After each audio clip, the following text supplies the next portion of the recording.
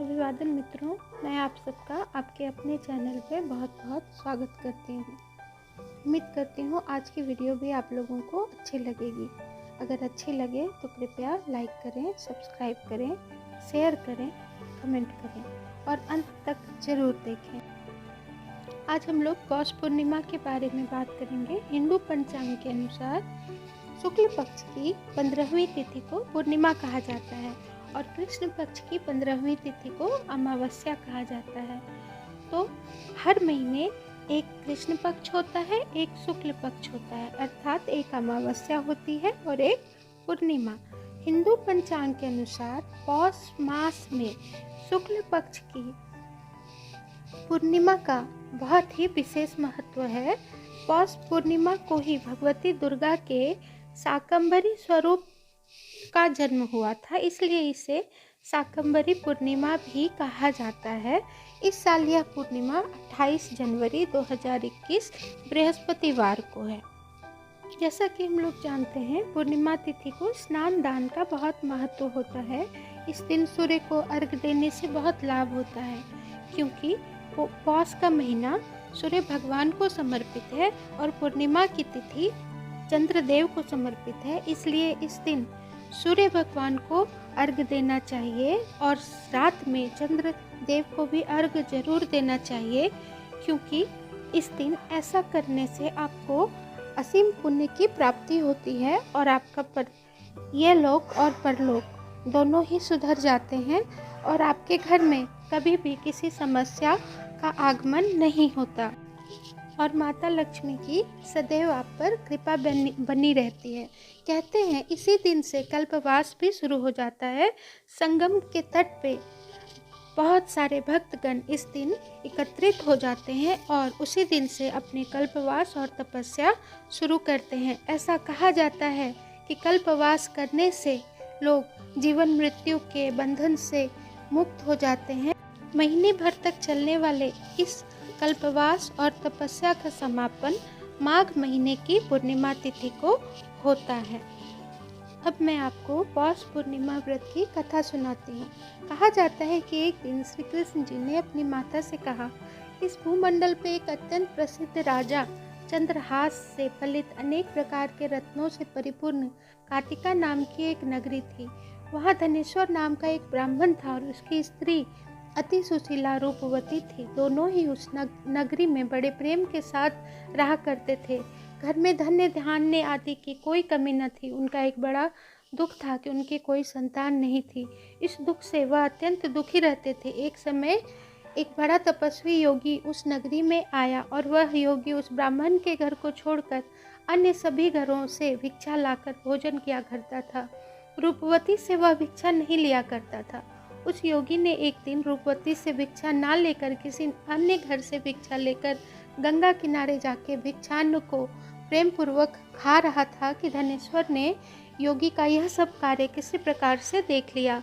अपनी भिक्षा के अनादर से दुखी होकर धनेश्वर योगी से बोला, महात्मन, आप सब घरों से भिक्षा लेते हैं परंतु मेरे घर की भिक्षा कभी भी नहीं लेते, इसका क्या कारण है?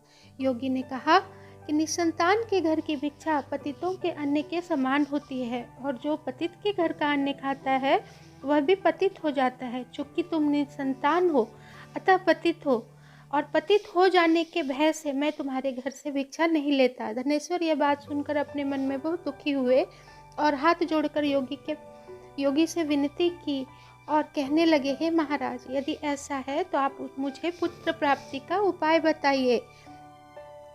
धन की मेरे घर में कोई कमी नहीं है, परंतु मैं पुत्र ना होने के कारण अत्यंत दुखी हूँ।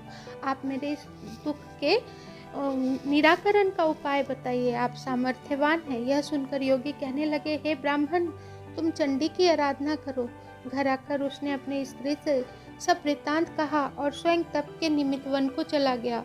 वन में जाकर उसने चंडी की पूजा की, उपासना की, उपवास किया, तपस्या की। चंडी ने 16वें दिन उसको स्वप्न में दर्शन दिया और कहा, हे धनेश्वर, जा, तेरे पुत्र होगा, परंतु वह 16 वर्ष की आयु में ही मृत्यु को प्राप्त हो जाएगा। यदि तुम दोनों स्त्री पुरुष 32 पूर्णिमासियों का व्रत विधि पूर्वक करोगे तो वह दीर्घायु होगा। जितना तुम्हारा सामर्थ्य है आटे के दिए बनाकर शिव जी की आराधना करो, शिव जी का पूजन करो। और पूर्णिमा के दिन 32 हो जाने चाहिए। प्रातः काल इसी स्थान के समीप तुम्हें एक आम का वृक्ष दिखाई देगा। उस पर चढ़कर एक फल तोड़कर शीघ्र अपने घर चले जाना और अपनी स्त्री से सब वृतांत कहना। उस दिन प्रातः काल जब ब्राह्मण उठा तो उसे समीप में ही एक आम का वृक्ष दिखाई दिया और उस पर एक अत्यंत ही सुंदर आम का फल लगा हुआ था। ब्राह्मण ने भगवान गणेश का ध्यान कर कर उस वृक्ष पर चढ़ा और वो फल उसने तोड़ लिया और उसके बाद वो वहाँ से अपने घर की तरफ रवाना हो गया। घर पहुंचकर उसने अपनी स्त्री को वह फल ला कर दिया और उसकी स्त्री ने अपने पति के कथनानुसार उस फल को खा लिया और वह गर्भवती हो गई और देवी जी की असीम कृपा से उसे एक अत्यंत सुंदर पुत्र की प्राप्ति हुई, जिसका नाम उन्होंने देवीदास रखा।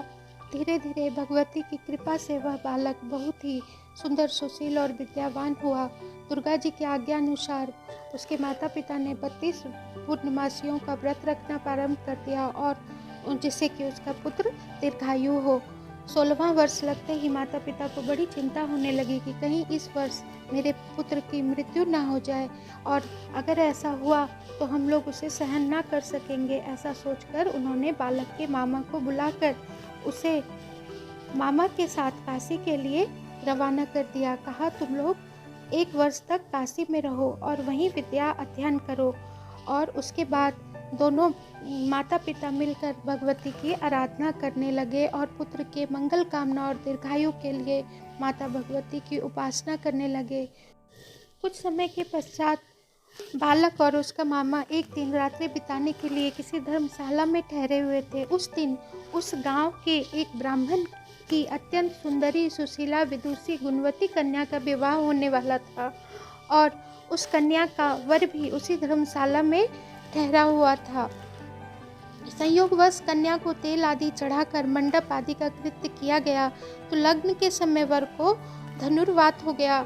वर के पिता ने अपने कुटुंबियों से परामर्श करके निश्चय किया कि वह देवीदास मेरे पुत्र जैसा ही सुंदर है, मैं उसके साथ ही लग्न करा दूं और बाद में विवाह के अन्य कार्य मेरे लड़के के साथ हो जाएंगे। ऐसा सोचकर देवीदास के मामा से जाकर बोला कि तुम थोड़ी देर के लिए अपने भांजे को हमें दे दो, जिससे हम उसका विवाह के लग्न का सब कृत्य सुचारू रूप से कर सकें। तो मामा कहने लगे कि जो कुछ भी मधुपर्क आदि कन्यादान के समय वर को मिले वह सब हमें दे दिया जाए तो मेरा भांजा बारात में दूल्हा बन जाएगा। और इस तरह उस कन्या का विवाह देवीदास से हो गया।